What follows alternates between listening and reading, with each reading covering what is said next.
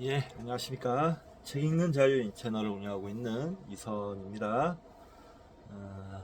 이번 시간은 2025년 9월 7일 일요일, 지금 지각은 오후 2시 34분입니다. 예, 저는 밥을 먹었고요. 빨래도 좀 널었고 좀 쉬다가 또 자리에 앉았습니다. 이번 시간엔 새로 만든 내 몸 사용 설명서를 읽도록 할 텐데요. 그 전에 이 책을 지은 분들, 마이클 로이젠,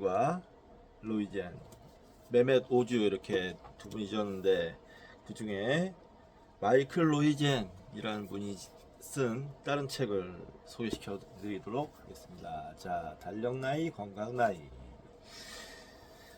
아마 이 마이클 로이젠 이 박사님, 이 선생님이 이 새로 만든 내 몸 사용 설명서를 내기 전에 냈던 책인데, 이게 더 일찍 나온 책이었던 것 같아요. 그렇게 해서 히트를 쳤던 그런 책인 것 같습니다.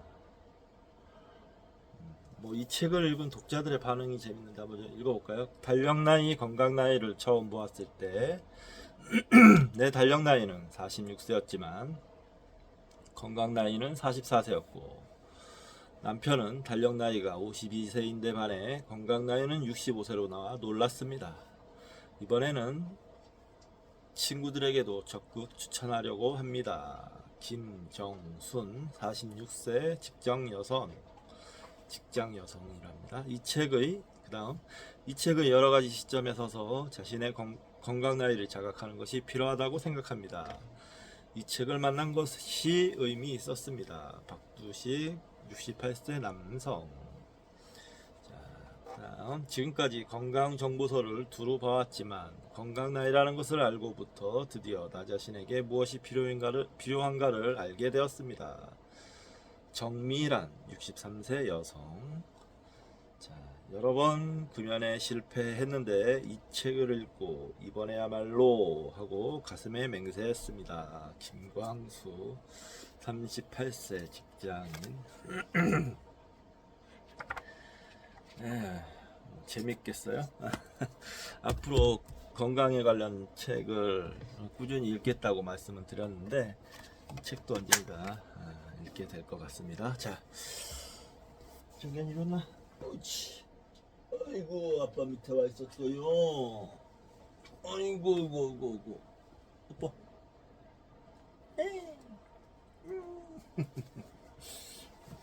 자, 새로 만든 내 몸 사용 설명서. 지난 시간에 94쪽 읽었는데요. 까지 읽었는데 이번에 이어서 읽겠습니다. 뇌에 관해서 공부하고 있었죠. 생각하는 힘, 두뇌와 신경계, 이렇게 이 챕터를 읽고 있었습니다. 자, 화학물질 관련 질환. 뇌의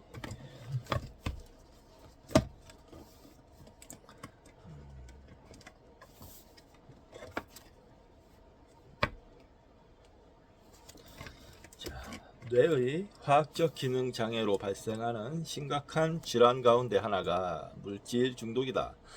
우리는 뇌 속에서 특정 화합물을 분비하거나 억제하는 물질에 중독되는데, 니코틴 같은 물질은 뇌 속에서 쾌락 화합물인 도파민을 분비해 니코틴에 탐닉하게 만들고, 결국에는 계속 도파민 가로 열고 뇌신경세포의 흥분 전달 물질 가로 닫고 도파민을 뇌에 퍼붓는 습관으로 발전한다. 모든 중독에 도파민이 관여하는 것은 아니지만 탄수화물 중독도 이런 반응으로 설명이 가능하다. 탄수화물이 중독되죠. 그래서 인류가 농업혁명을 갖게 된 이유 중에 하나로 탄수화물 중독을 얘기하는 경우가 있어요. 탄수화물에서, 그러니까 술이 만들어지잖아요. 그 술을 만들기 위해서 농업혁명이 촉진됐다, 이런 설도 있습니다. 탄수화물을 섭취하면 쾌락 화합물이 분비되면서 이런 음식에 더욱 탐닉하게 만든다. 수면이 부족하면 이런 쾌락 화합물 분비가 줄어든다. 그러므로 수면 부족이야말로 설탕과 건강에 좋지 않은 지방 섭취를 부추기는 원인이다. 예. 수면, 잠자는 거 참 잘 자야 됩니다. 저는 지난밤에는 꽤 잘 잤던 것 같습니다. 요즘에 근데 밤에 소변 때문에 한 두어 번 깨는 게 조금 힘들긴 한데 무슨 원인인지 아무래도 전립선 문제인 것 같아요. 니코틴의 독성은 신체 각 부분의 생리 기능에 지대한 영향을 끼친다. 중독 증상은 정신과 신체 양면에서 모두 나타난다. 그러면 당신 몸에 금단 증상이 일어나는 것을 막기 위해 뇌는 니코틴이 필요하다고 신호를 보낸다. 이때 니코틴을 공급하면 일종의 이완 상태를 일으켜 뇌에 쾌락을 제공한다. 하지만 시간이 지날수록 니코틴은 이런 쾌락 화합물이 뇌에서 분비되는 수치를 떨어뜨려 결국 더욱 많은 니코틴이 있어야만 처음과 같은 정도의 쾌락을 느낄 수 있다. 예. 예전에 그 니코틴 액으로 된 그 전자담배를 핀 적이 있어요. 잠깐. 근데 그게 그냥 일반 담배보다 훨씬 중독이 심하더라고요. 그러니까 일반 담배는 한번 피우면 한 시간 정도는 그냥 참을 수 있지만 니코틴 그 전자담배는 뭐 계속 그냥 입에 이렇게 대더라고요. 되게 만들더라고요. 신기했어요. 아주 안 좋다. 그래서 더 안 좋은 것 같다. 그래서 끊었습니다. 그거는 비싸기도 비싸고.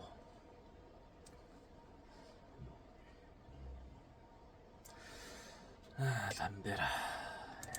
제 담배를 끊을 수 있을지 어쩔지 자신은 없습니다만 모르겠습니다. 담배를 피우는 대신 좀 담배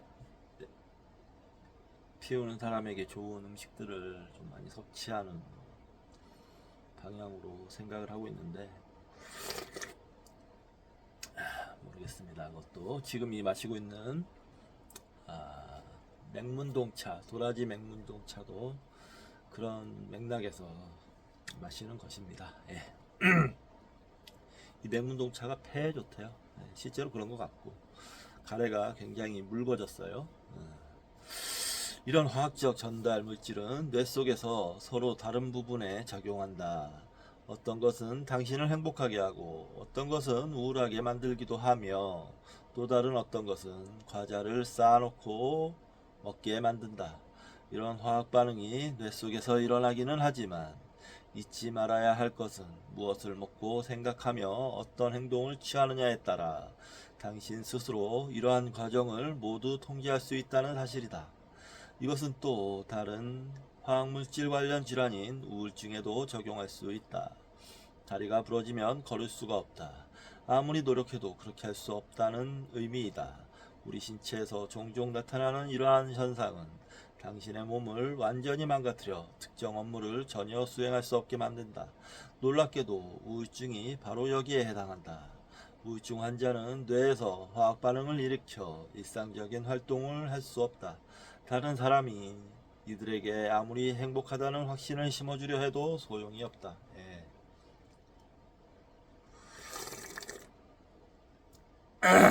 저 같은 경우는 정말 우울증은 난치병입니다. 예, 난치병이고 약물의 도움을 받는데 의지라든지 생활 습관 같은 게 대단히 중요해요. 예, 우울증 같은 경우는 저 같은 경우는 이제 요즘에는 이제 무기력으로 많이 나타나는데 우울증 현상이 아주 다양한 현상이 있다고 하더라고요. 자, 보겠습니다. 요즘은 우울증을 생리적, 심리적 질병으로 진단한다. 미국에서는 약 1100만 명이 우울증으로 약물을 복용하고 있으며 이거 옛날 얘기죠. 세계보건기구는 사람을 일할 수 없게 만드는 원인 중 두 번째로 우울증을 지목했다. 물론 우울증도 여러 형태가 있는데 계절적 정서 장애는 일조량 부족으로 발생하고 반응성 우울증은 다른 질병이 있거나 슬픈 일을 당했을 때 나타난다. 어떤 형태든 우울증은 일반적으로 오랜 슬픔에 빠져 있고 일상생활에 흥미를 잃는 경우를 말하는데 심하고 약한 정도의 차이가 있을 뿐이다. 의학적으로 진단하는 우울증은 슬픈 감정이 최소 2주 이상 지속되는 경우이다. 생리적으로 우울증은 뇌 속의 화학물질의 균형이 깨지면서 나타나는 것으로 생각된다. 뇌로 들어가거나 나오는 신호에 영향을 미치는 화학물질의 활동이 비정상적이라는 의미이다. 세로토닌 부족이라고 알려져 있어요. 예. 일반적으로 우울증 환자는 또 하나의 쾌락물질인 세로토닌이 낮아진다. 좀 더 정확히 말하면 신경세포들이 세로토닌을 실어 나르는데 문제가 생긴 것이다. 약물을 복용해 세로토닌의 농도를 증가시킬 수 있지만 자연적인 방법으로도 같은 효과를 얻을 수 있다. 이완요법이라든가 칠면조 고기나 초콜릿 등 이른바 행복식품을 먹는 것이다. 초콜릿은 쾌락물질인 도파민 분비를 촉진하는데 이런 성향 때문에 카페인이나 니코틴 같이 중독에 빠지기도 쉽다. 그렇죠. 이 마약에는 두 가지 계열이 있다고 해요.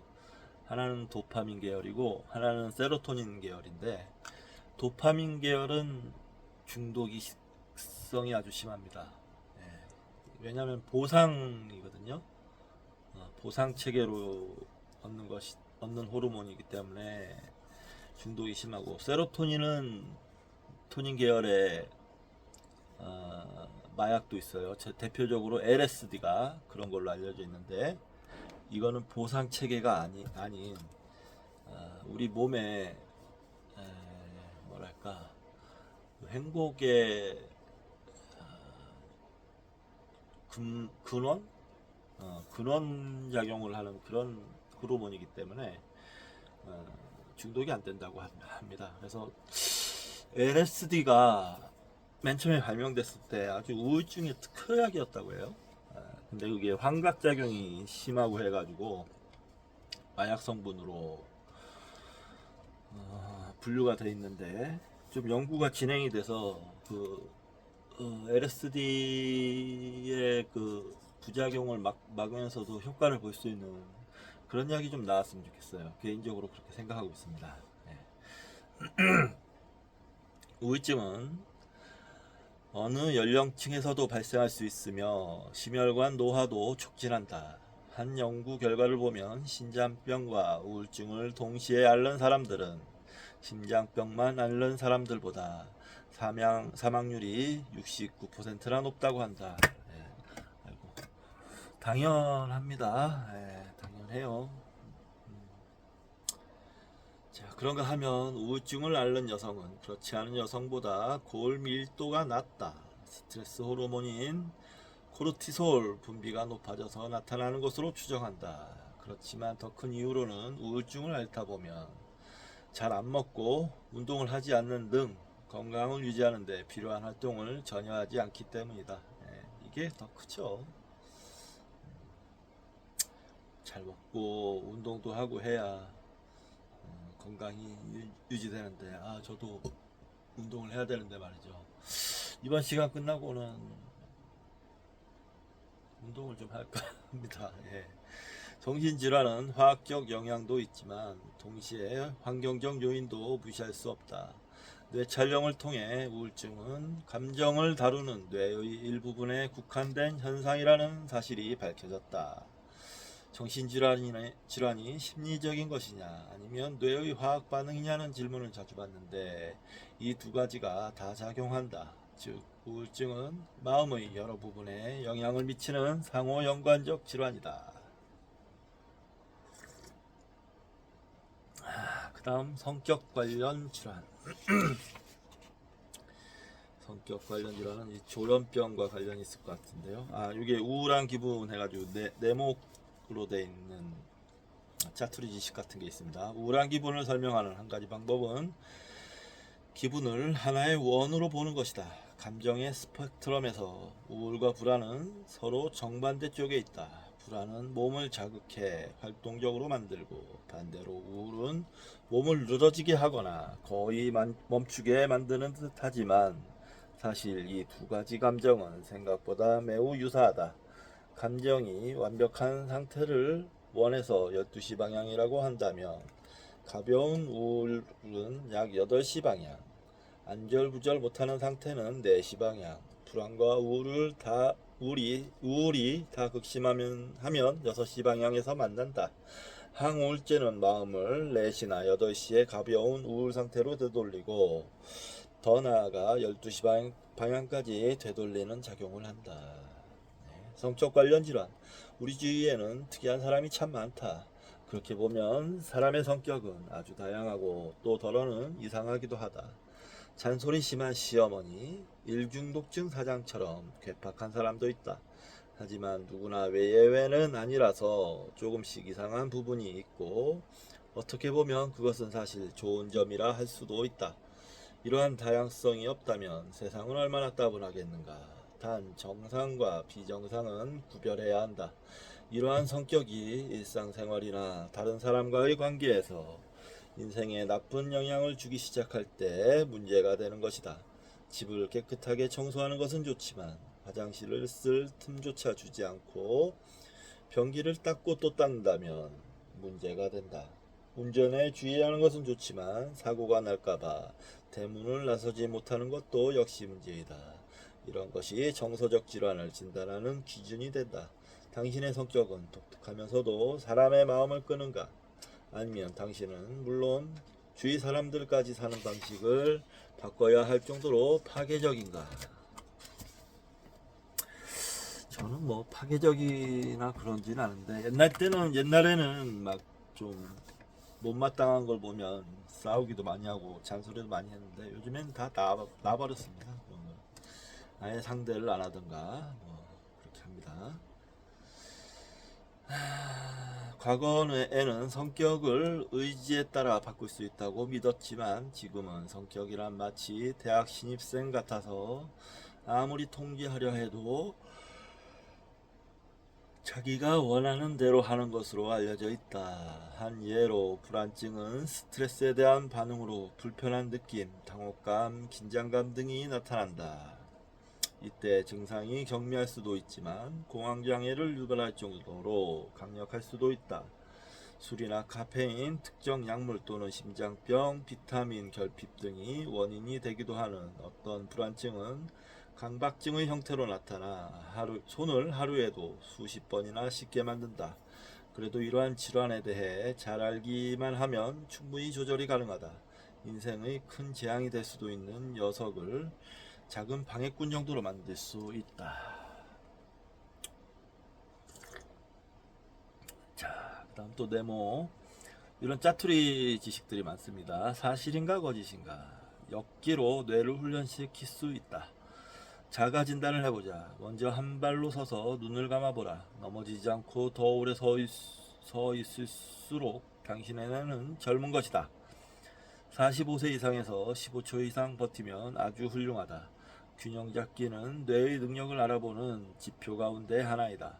덤벨이나 역기로 균형 능력을 향상시킬 수 있는데 이 운동이 신체 균형을 위한 고유 감각을 자극하기 때문이다. 하지만 헬스클럽의 기계 역기는 이 균형 감각이 작용하지 않으므로 그만한 효과를 거둘 수 없다. 자, 그 다음이 아이고 이놈아 내려가려고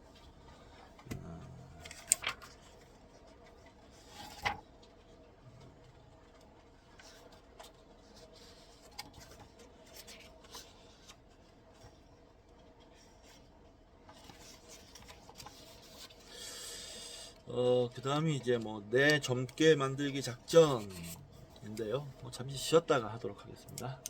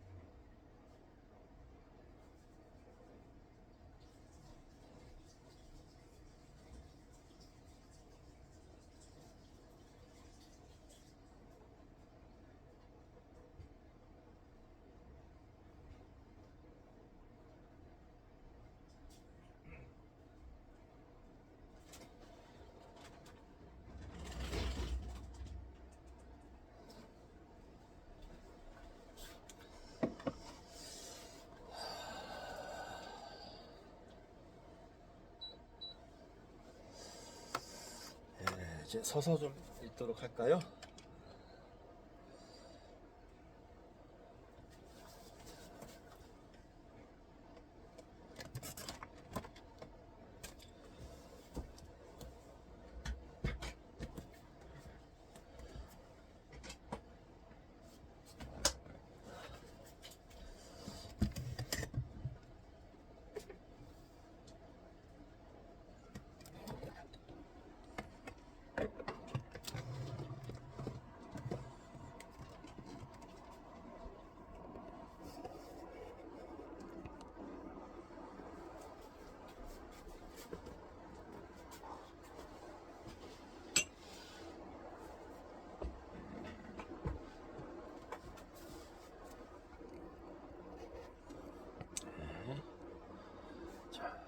서서 읽도록 하겠습니다. 자, 뇌 젊게 만들기 작전. 운동을 하면 허리가 가늘어지고 튀김 음식을 피하면 저밀도 콜레스테롤 수치가 떨어지며 담배를 끊으면 더 이상 가래를 뱉느라 애먹지 않아도 된다. 작은 습관 하나만 바꿔도 신체 변화가 바로 나타난다. 반면 뇌의 변화는 측정하기가 그리 쉽지 않다. 그렇다 하더라도 뇌를 무시할 수는 없다. 지금부터 설명하는 뇌를 강하게 만드는 작전에 주의를 기울여주기 바란다. 네, 알겠습니다. 주의 한번 기울여 보지요. 젊게 만들기 작전 1. 뇌를 운동시켜라.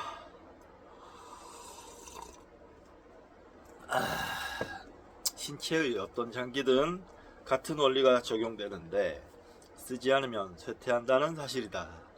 근육은 쓰지 않으면 솜방망이가 되고 심장이 움직이지 않으면 혈관은 꽉 막혀버린다. 글씨를 잘 쓰려면 항상 연필을 잘 깎아 놓아야 하는 것과 마찬가지다. 뇌도 마찬가지여서 다른 운동처럼 규칙적으로 뇌를 훈련시켜야 한다. 뇌를 감정적으로나 정신적으로 활발하게 사용하면 기억력 소실을 막는 데 효과적이다. 첫 번째, 같은 일을 매일 똑같은 방법으로 자동 비행하듯 살아가는 것을 피하라. 정신적으로 자신을 극대화하면 실제로 뇌가 작아지는 것을 막을 수 있다.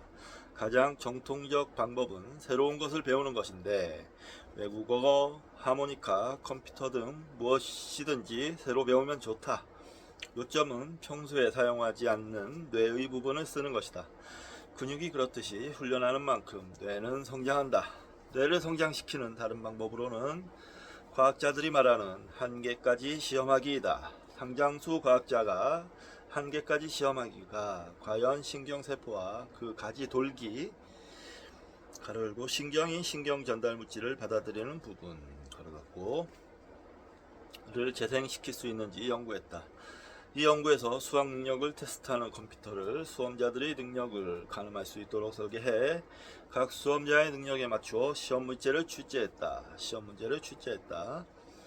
각자의 한계까지 테스트한 뒤 과학자들은 신경세포와 그 가지돌기가 다시 자라는 것을 내 영상을 통해 확인했다. 더욱 놀라운 것은 응시자가 꼭 정답을 다 맞히지 않아도 이런 효과를 거둘 수 있다는 사실이다. 각자의 능력보다 약간 힘든 시험을 치르면 20%를 틀렸어도 신경세포는 되살아난다. 운동선수가 자신의 능력 한계보다 약간 강도를 높여 훈련에 더 빨라지고 강해지듯이 당신의 뇌도 같은 방법으로 더 똑똑하고 총명하게 훈련시킬 수 있다. 물론 추가적 요소로는 학습이 있다. 더 많이 알수록 당신의 학습 능력을 최대한 높일 수 있다. 수도원의 수녀들을 대상으로 한 연구에서 이것이 입증되었다. 연구자들은 수녀들이 수도원에 들어올 때 지은 수피들의 문장 구조를 분석했고 65년 뒤 수녀들의 인지 기능을 검사했다. 들어올 때 수필에서 가장 복잡한 문장 구조를 사용한 수녀들이 나이가 들어 가장 좋은 인지 기능을 유지하는 것으로 나타났다. 또 다른 결과로는 들어올 때 마음가짐이 긍정적이던 수녀가 나이 들어서 더 나은 인지기능을 가진다는 것이었다. 직업을 선택할 때 당신의 능력을 신장시킬 수 있는 일을 선택하는 것은 바로 당신 몫이다. 우선 자신이 좋아하는 것을 골라야 한다. 아무리 일이라 해도 휴가처럼 즐겨야지. 너무 힘든 학습 과정이어서는 곤란하다. 직장에서 날마다 당신의 뇌 능력을 신장시킬 수 있는 쉬운 방법을 하나 기뜸해 주자면 매일매일 하는 일의 순서를 바꿔보는 것이다. 많은 사람이 항상 같은 순서로 일을 한다. 출근해서 커피를 한잔 마시고 신문을 읽은 다음 전자우편을 챙기고 잠깐 쉰 다음 다시 돌아와서 고객에게 전화하고 점심을 먹는다. 매일매일 같은 일을 같은 순서로 하면 기억을 담당하는 해마를 더 이상 자극하지 못한다. 이런 일들의 순서를 바꾸어 먼저 고객에게 전화를 하고 나중에 전자우편을 챙기는 등의 변화를 주면 뇌는 더욱 활성화된다.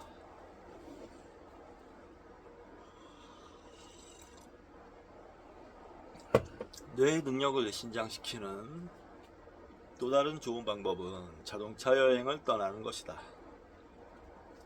휴가는 스트레스를 줄이고 성생활에도 도움을 주지만 인지능력 향상에도 기여할 수 있다. 새로운 도시에서 운전을 하거나 걷거나 지하철을 이용할 때면 뇌는 여러 부분을 동시에 사용한다. 지도를 읽기 위해 시공간 능력을 활용해야 하고 이를 설명하기 위해 말로 표현해야 한다.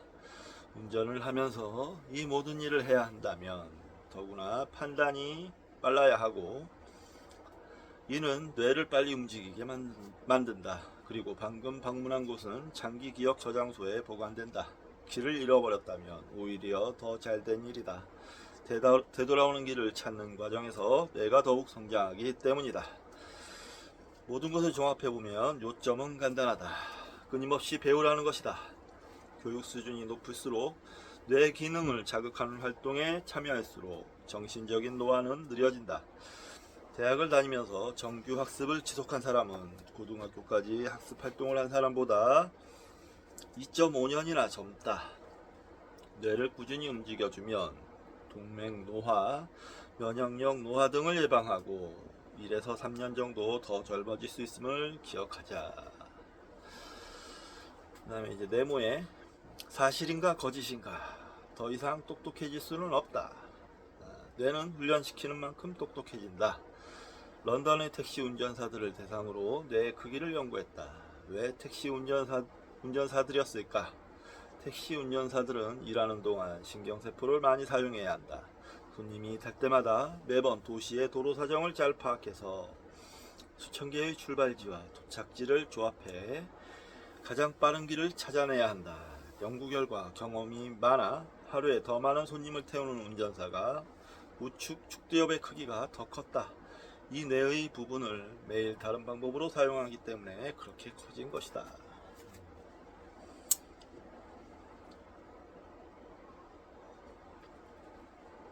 이렇게 공부하는 것도 뇌를 운동시키는, 훈련시키는 것이겠죠. 여러분들 같이 공부를 하면서 뇌를 젊게 한번 만들어 봅시다. 네. 자, 젊게 만들기 작전 2. 뇌 기능을 좋게 하는 식품. 일반적으로 심장에 해로운 것은 뇌에도 해롭다. 튀긴 감자칩은 배에 기름을 축적시킬 뿐만 아니라 일부는 동맥을 통해 뇌로도 간다. 포화지방산을 많이 먹으면 뇌혈관이 막혀 뇌졸중의 위험성을 높이지만 생선에 많이 함유된 오메가3 지방산은 동맥을 깨끗하게 만들어 뇌 건강에 아주 좋다. 이들은 신경 전달 물질을 개선해 주므로 우울증에도 효과가 있다. 그렇군요. 자, 다음 젊게 만들기 작전 3번. 생선을 좀 많이 먹어야 되는데 회 드시고 싶으신 분 혹시 있으시면 연락 주시면 제가 사겠습니다. 네. 단 저희 동네로 오셔야 됩니다. 네. 경주로 오시면 제가 회 사겠습니다. 저를 보러 오셨는데 회 정도는 제가 살 수 있죠. 네. 자, 젊게 만들기 작전 3. 스트레스를 줄여라. 스트레스가 우리에게 해롭기만 한 것은 아니다. 우리 몸이 기능을 발휘할 수 있도록 생리적 기전으로서 마감 시간을 지키게도 하고, 산에서 들짐승을 만났을 때 재빨리 도망가게도 한다. 조치를 취해야 할 상황에서 싸우거나 도망가게 하는 이른바 대결 또는 도피 반응의 과정이다. 이러한 스트레스가 높은 수준에 달했을 때부터 스트레스는 해를 끼치기 시작한다. 코르티솔이라고 하는 스트레스 호르몬의 작용 때문인데, 스트레스가 많을수록 코르티솔 분비도 많아진다. 이 분비샘을 다 소진하고 나면 코르티솔은 감소하는데, 이때가 가장 위험한 상황이다. 사실상 마감 시간을 지키거나 애들 학교 보내기 등의 일상적 일과 같은 스트레스 때문에 우리 뇌가 늙는 것은 아니다. 뇌는 큰 스트레스나 작은 스트레스가 지속적으로 쌓였을 때 늙는다. 여러 해 동안 연구자들은 강한 성격 유형인 A형 성격이 여러 가지 질병을 초래할 수 있다고 믿었지만, 단지 열심히 일하거나 성공하기 위해 노력한다고 해서 뇌가 늙는 것은 아니다. 또 자전거 바퀴에 바람이 샌다거나 주차장에서의 접촉사고 같은 중간 정도의 일회성 스트레스에도 우리의 뇌는 거뜬하다. 이런 문제들은 해결이 가능하기 때문이다. 반면 작은 스트레스라도 오랫동안 지속되면 곧 병으로 이어진다. 한 예로 고장난 변기를 반복적으로 사용하다 보면 사용할 때마다 지독한 악취 때문에 상당히 괴롭다. 그 괴로움만으로도 우리는 쉽게 늙는다. 노화를 일으키는 또 다른 스트레스로는 이사, 재정 문제, 가족의 죽음 등 인생의 주요 사건이 있다. 이사 진짜 스트레스죠. 이사 끔찍합니다. 저도 만약에 여기서 이사를 가게 된다고 하면 이 책들이면 꽤 짐이 있거든요. 어떻게 했지 대략 난감입니다 진짜. 그리고 재정 문제 진짜 돈이 없어 봐요. 속이 탑니다. 속이 타. 참. 이것도 스트레스고요. 가족의 죽음, 이건 두말할 것도 없죠. 인생의 스트레스를 줄이면 젊음을 유지할 수 있다. 주요 스트레스가 빼앗아갈 수 있는 인생의 32년 가운데 30년을 이런 방법으로 돌려받을 수 있다. 추천하고 싶은 좋은 방법 2가지는 웃음과 명상이다. 불안, 긴장, 스트레스 등을 줄여주는 웃음은 우리를 1년에서 7년 또는 8년까지 젊게 만든다. 그런가요? 웃죠. 지금 이 시간에 저와 같이 지금 따라서 크게 한번 웃어 보시죠. 자, 하나, 둘, 셋. 하하하.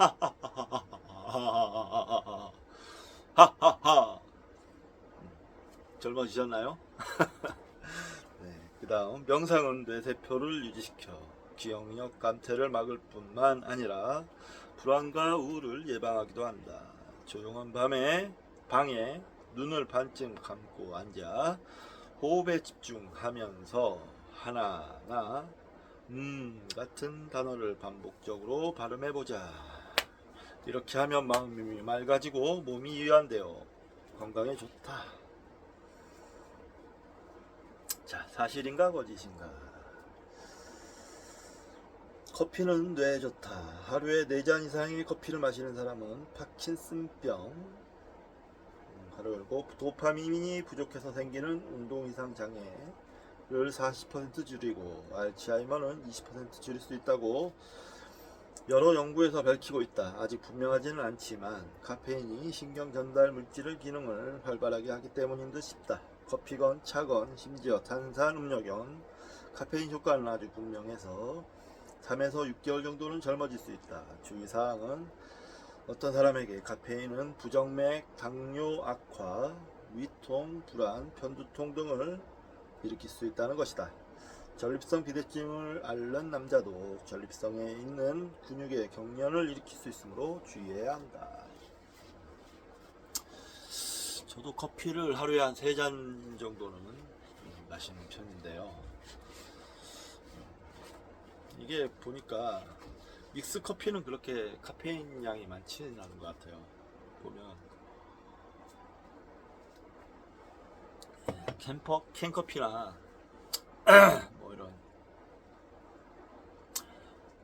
플라스틱 병에 든 커피를 자주 마시는데, 그런 건 이제 보면 고카페인이라고 써 있어요. 상품 제품 정보에 보면 그런 건 이제 먹으면 효과가 확실히 있더라고요. 운전할 때 졸음을 예방하기도 하고, 좀 약간 각성작용을 일으켜서 힘들어도 힘든 걸 모르고 그런 식의 효과가 있는 것 같습니다.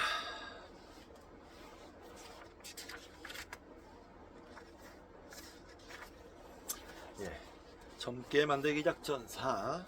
비타민과 보조식품을 활용하라. 성 요한 초목 가로 열고 생약의 하나 같은 생약의 항우울 작용에 대해서는 많은 연구가 있었지만 다른 약물과의 상호작용 문제가 발생할 수 있어 조심스럽다. 이에 반해 몇몇 비타민과 보조식품은 정서를 안정시키고 기억력을 보존하는 작용을 해 뇌 기능을 개선시킬 수 있다.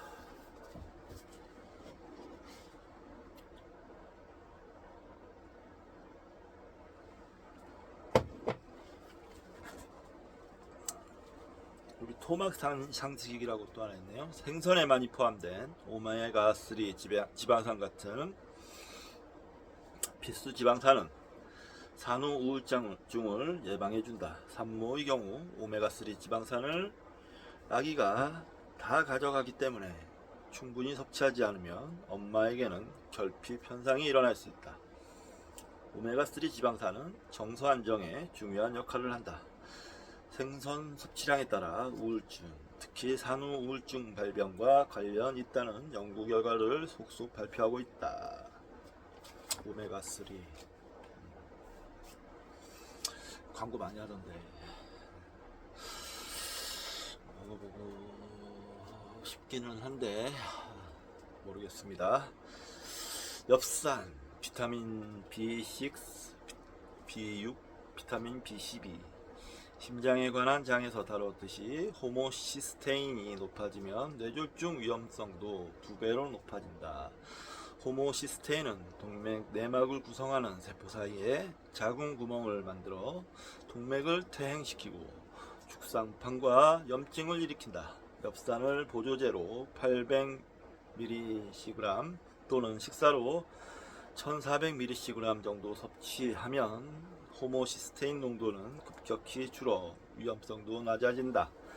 나이가 들면 식사로 섭취하는 엽산의 양이 줄면서 혈중 엽산 농도도 같이 떨어진다.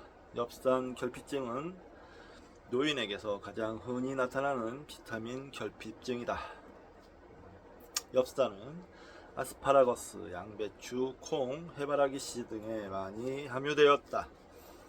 또 우리 대부분은 비타민 B6와 B6과 B12가 부족한데 비타민 B6은 닭고기, 바나나, 토마토 조림 등에 많고 비타민 B12는 연어, 참치, 햄버거, 양고기, 현미 등에 많이 포함되어 있다. 800mg의 엽산, 6mg의 비타민 B6, B6, 식사로 800mg 또는 보조제로 25mg의 비타민 B12를 3개월만 섭취해도 1, 2년 젊어질 수 있고 3년 동안 섭취하면 3에서 7년 젊어질 수 있다. 네. 닭고기, 바나나, 토마토, 연어, 참치, 햄버거, 양고기, 현미. 네.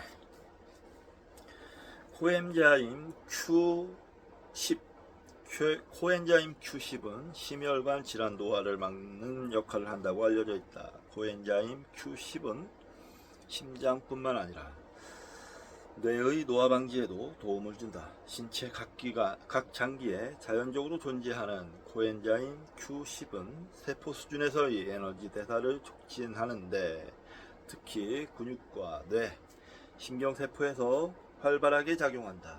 신체는 비타민C와 B군 그리고 엽산이 충분할 때만 코엔자임 Q10을 충분히 만들어낼 수 있다.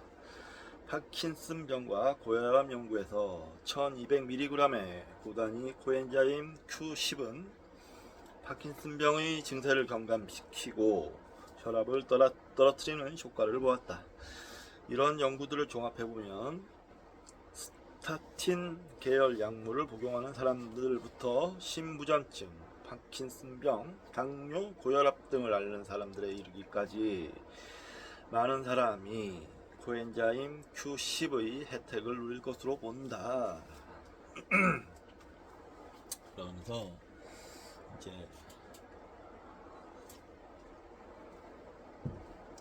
네모칸이 있는데 네모칸에 식품 이유 권장량 이렇게 되어 있습니다. 식품 견과류는 단불포화 지방산과 다불포화 지방산을 함유해 동맥을 깨끗하게 해주고 기분을 좋게 하는 세로토닌의 재료가 되기도 한다. 하루 30g이면 충분하다. 더 많아도 되지만 칼로리가 높으므로 주의해야 한다. 30g이면 호두 12개, 아몬드 24개에 해당한다. 꽤 많이 먹어야 되네요. 저 요즘에 견과류 조금 이제 일할 때 바처럼 돼 있어서 가지고 나와서 먹는데 맛도 있고 에너지 보충도 되고 좋더라고요. 생선, 특히 자연산 연어, 송어, 틸라피아, 메기, 가자미, 마히마시 등 동맥경화를 예방하는 오메가3 지방산을 함유한다. 일주일에 약 400g 또는 주먹 크기 3마리 정도.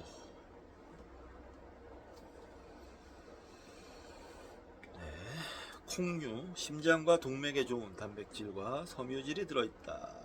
하루 한 컵. 요즘에 콩밥을 좀 해서 먹는데 무슨 콩이었더라? 아무튼 좋은 것 같아요. 콩 슈퍼푸드라고 소개되면서 콩을 한 10시간 정도 물에 담가놨다가 밥할 때 같이 이렇게 해서 먹는데 괜찮은 것 같습니다.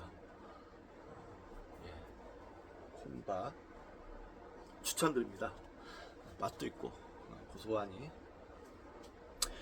그 다음 올리브유, 견과류 기름, 생선기름, 아마인, 아보카도, 심장에 좋은 단일 불포화 지방산, 오메가3와 오메가9 지방산 함유. 하루 전체 섭취량의 25%는 이 같은 건강한 지방이어야 한다. 진짜 초콜릿, 코코아 베이스, 도파민 분비를 촉진하고 혈관을 젊게 하는 플라보노이드를 제공한다. 하루 30g. 가급적 밀크 초콜릿은 피하는 것이 좋다. 사실인가 거짓인가? 은행잎은 최고의 뇌활성제이다. 은행잎이 혈관순환을 돕고 혈액을 묽게 해 뇌기능 향상, 특히 기억력 감퇴와 알츠하이머병에 도움이 된다고 알려져 왔다. 그러나 최근 연구에서는 뇌와 노화에 아무런 영향을 끼치지 않는다는 결과가 나왔다.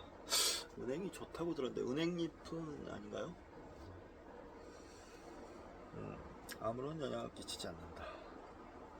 자, 그 다음 리포산과 카로니틴 생쥐 실험 결과 이 두 가지 물질이 인지 기능을 향상시킨다는 사실이 밝혀졌다. 늙은 쥐에게 이 물질들을 주사했더니 주사를 받지 않은 다른 늙은 쥐보다 훨씬 빨리 거의 젊은 쥐들만큼이나 신속하게 먹이를 찾아냈다. 카르니틴은 세포 사이의 에너지 전달에 관여하는 아미노산이며 동물 연구를 통해 동맥경화를 예방하고 기억력을 개선하는 효과가 있음이 밝혀졌다. 60세 이상이 되면 카르니틴을 하루에 1500mg 정도 먹는 것이 좋다. 리포산 역시 신체 에너지 대사에 관여해 포도당과 산소가 일으키는 핵산 손상을 줄여줄 것으로 보인다. 아직 확실하지는 않지만 앞으로의 연구에 기대를 걸만하다. 레스베라트롤, 이 물질은 적포도주에 있는 플라보노이드로 세포 속의 파워 플랜트라고 할 수 있는 미토콘드리아 내의 DNA 노화를 감소시킨다. 이 플라보노이드들은 항산화제로 작용하면서 동맥과 면역계의 노화를 막는다. 포도 껍질에 레스베라트롤이 다량 함유되었는데 적포도주에는 포도 껍질 성분이 상당히 많이 녹아있다. 최대의 건강 효과를 얻기 위해서는 남자는 하루에 한 잔에서 2잔, 여자는 반잔에서 1잔 정도가 적당하다. 포도주.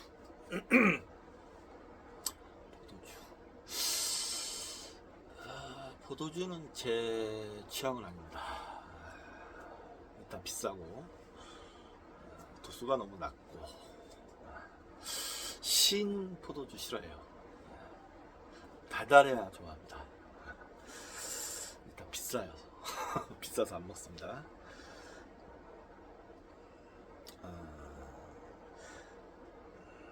SAM이 자연적으로 존재하는 아미노산인 SAM이는 우울증 관련 신경 전달 물질을 조절하여 우울증을 치료한다.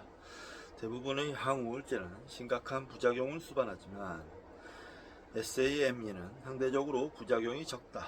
날마다 800에서 1200mg을 공복에 섭취하면 된다.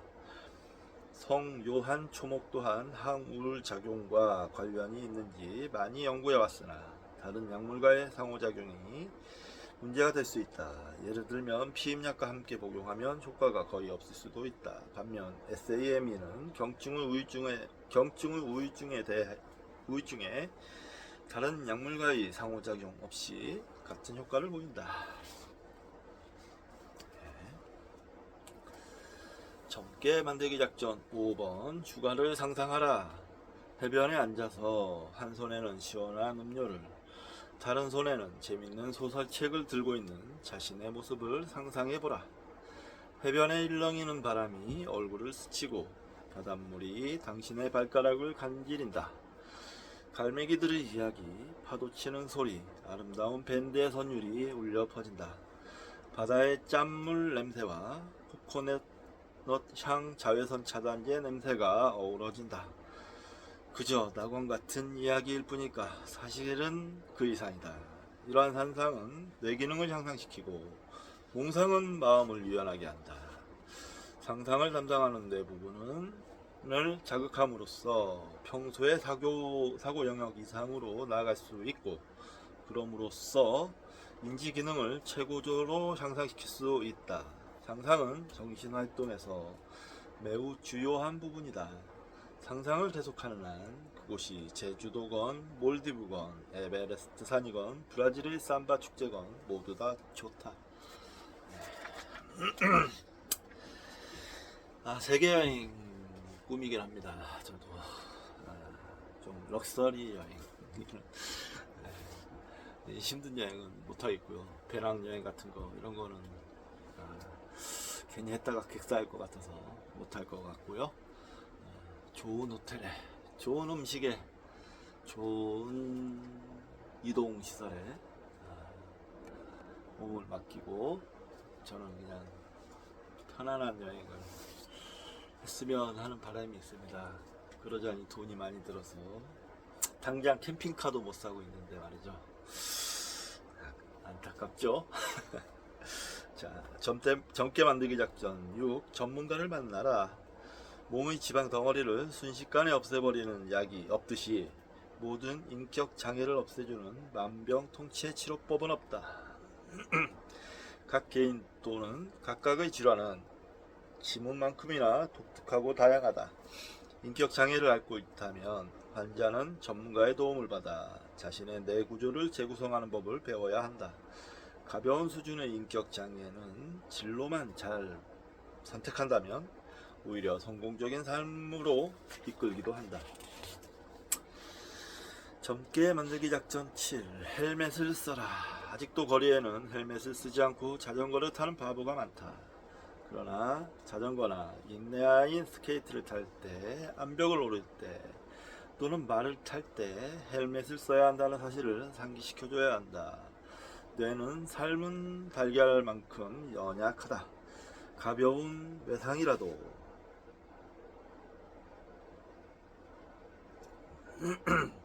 달걀이 그런 정도의 충격을 받는다고 생각해보라. 장기 기억을 담당하는 전기 회로의 일부가 멈출 수도 있다.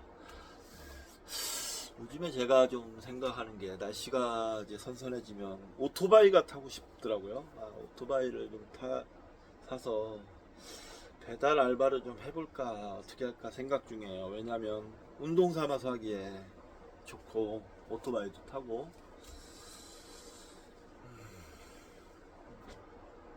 그래서인데요.